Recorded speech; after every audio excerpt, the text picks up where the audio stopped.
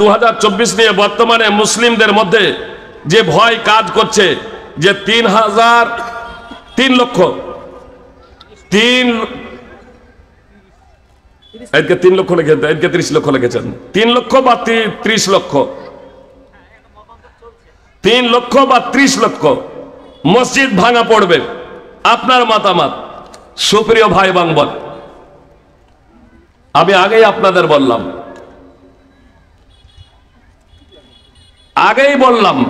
আপনি এর জন্য কি করবেন? অনেক তো সই সিগনেচার হলো, অনেক সই সিগনেচার হলো। হুনাইনের যুদ্ধে মানে মক্কা বিজয় হলো বিনা রক্তপাতে। মক্কায় যখন মুহাম্মদ সাল্লাল্লাহু আলাইহি সাল্লাম প্রবেশ করলেন 8ম হিজরিতে, বিনা রক্তপাতে মক্কা বিজয় হয়েছিল। মক্কার কাফের মুশরিকরা ভীত সন্ত্রস্ত হয়ে আপন আপন ঘরে প্রবেশ করেছিল। মুহাম্মদ সাল্লাল্লাহু আলাইহি সাল্লাম মক্কায় বিজয়ের রূপে প্রবেশ হয়ে ক্ষমার দৃষ্টান্ত স্থাপন করেছিলেন।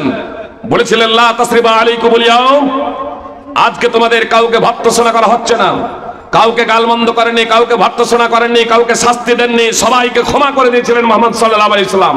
পরিণতি কি হয়েছিল?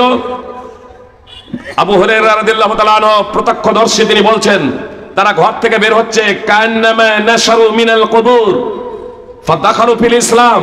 তারা ঘর থেকে বের হচ্ছে যেন হাসরের ময়দানে কবর থেকে বের হচ্ছে, কবর থেকে উত্থিত হচ্ছে। তারপর তারা ইসলামে প্রবেশ হয়ে গেল, অর্থাৎ মুসলমান হয়ে গেল। ইমাম বাইহাকী সুনানুল কুবরা হাদিস নম্বর 18275। এ দ্বারা কি বুঝতে পারলাম? মক্কা যে বিজয় হচ্ছে, যতগুলো সৈন্য ছিল, এবার মক্কার কাফের মুশরিকরা তারাও মুসলমান হয়ে গেলেন। তাহলে মুসলিম সংখ্যা কত হলো? প্রচুর হলো না? হলো না? অনেক অনেক। তারপরে হচ্ছে হুনাইনের যুদ্ধ, তারপরে হচ্ছে হুনাইনের যুদ্ধ।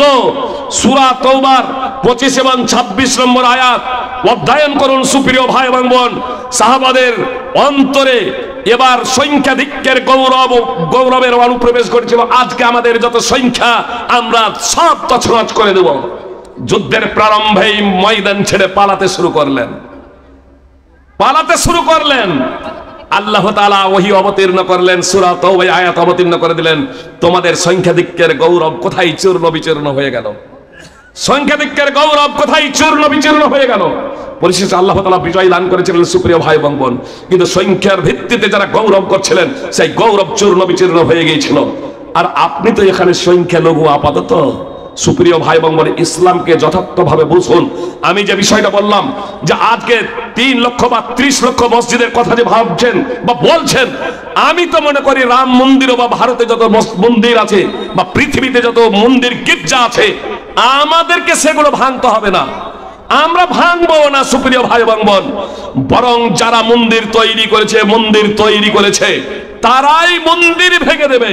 তার কারণ যখন মুসলমানই থাকবে না, ইসলাম হচ্ছে সার্বজনীন দিন। এর মধ্যে এমনই একটা আকর্ষণ আছে সুপ্রিয় ভাই এবং বোন, যে অমুসলিমরা ইসলাম কবুল করবে। পৃথিবীতে আজ মুসলিমদের উপরে এত জুলম নির্যাতন হওয়া সত্ত্বেও আপনার মুসলমান হতেই আছেন।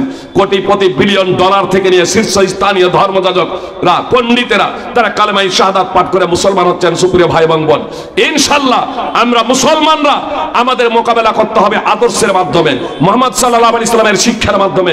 আমরা কোরআন এবং সুন্নাহর প্রতি যদি আমলকারী হয়ে যাই, আজকে যে এগুলো তারা দাবি করছে সুপ্রিয় ভাই এবং বোন, এটা এজন্যই করছে যে আমরা মুসলমান হয়ে নাই। একটা কথা বলে আমার বক্তব্য ইতি করে দিচ্ছি, টাইম প্রায় হয়ে গেছে। শুধু কথা বলে জগদে শুনুন। শিখেরা মাথায় পাগড়ি পড়ে না, মুখে দাড়ি রাখে না। মাথায় পাগড়ি পড়ে, মুখে দাড়ি রাখে।